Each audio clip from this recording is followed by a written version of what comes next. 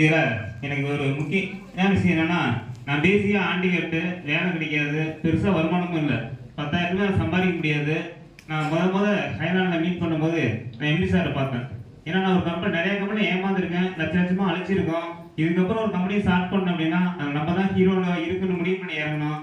இறங்கி ஒரு 3 மாசத்துல ஒரு 2 வீலர் கூட வாங்க முடியாது. என்னால ஒரு கார் அழகு பார்த்தது நான் எம்டி சார் தான்.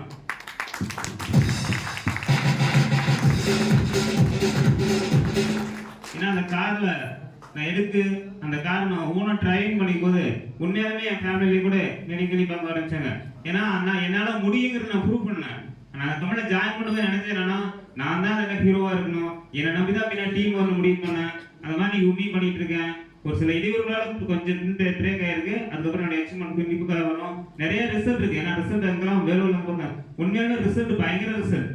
நான் கொடுக்குற ஒவ்வொரு டீமும் ரிசல்ட் கொடுத்து எடுத்துட்டு இருக்கோம். நான் எந்த லேரியுமே தேடி போகல. கொடுக்குற ப்ராடக்ட் அந்த ப்ராடக்ட் பேசுது.